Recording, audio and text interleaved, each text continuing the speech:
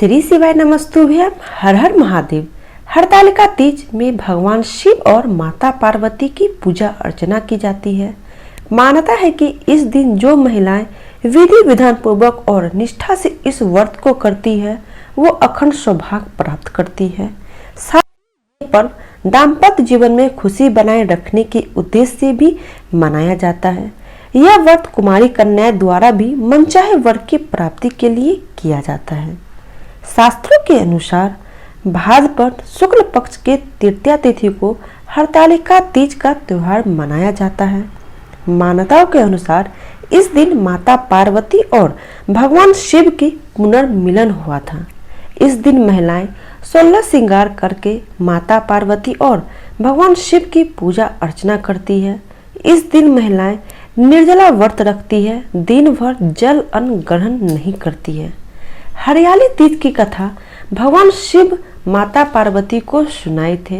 उनके पूर्व जन्म का स्मरण कराते हुए भगवान शिव ने देवी गौरी से कहा था, हे गौरी, पर्वतराज हिमालय पर स्थित गंगा के तट पर तुमने अपनी बाल्यावस्था में 12 वर्षों तक अधोमुखी होकर घोर तप किया था।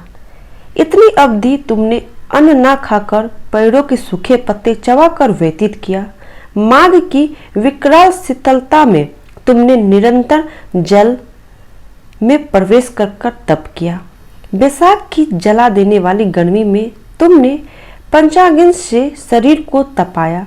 सावन के मूसलाधार वर्षों में खुले आसमान के नीचे बिना अन्न जल ग्रहण के समय व्यतीत किया। तुम्हारे पिता तुम्हारी कष्ट साध्य तपस्या को देखकर बड़े दुखी हुए थे। उन्हें बड़ा क्लेश होता था। तब एक दिन तुम्हारी तपस्या तथा पिता के क्लेश को देखकर नारद जी तुम्हारे घर पधारे। तुम्हारे पिता ने हृदय से अतिथि सत्कार करके उनके आने का कारण पूछा। नारद जी ने कहा, गिरिराज, मैं भगवान विष्णु के भेजने पर यहाँ उपस्थित हुआ हूँ। आपकी कन्या से बड़ा कठोर तप किया है।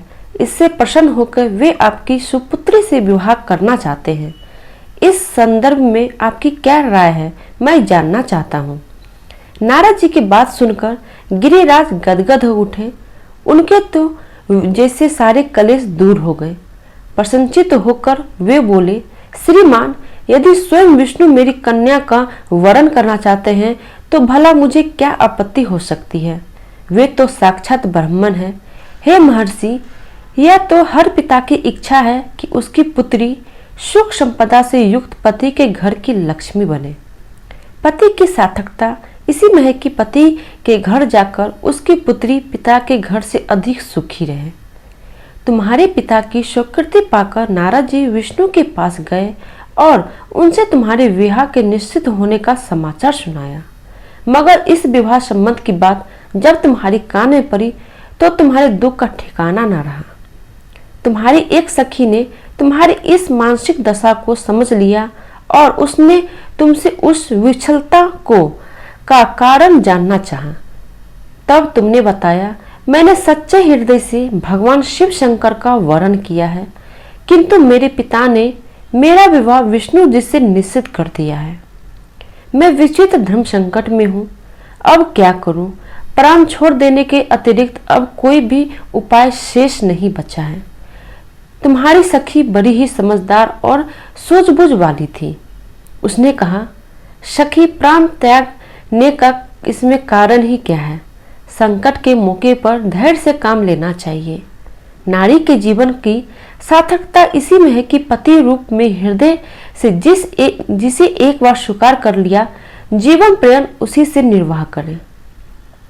सच्ची आस्था और एक निष्ठा के समस्त तो ईश्वर को भी समर्पण करना पड़ता है।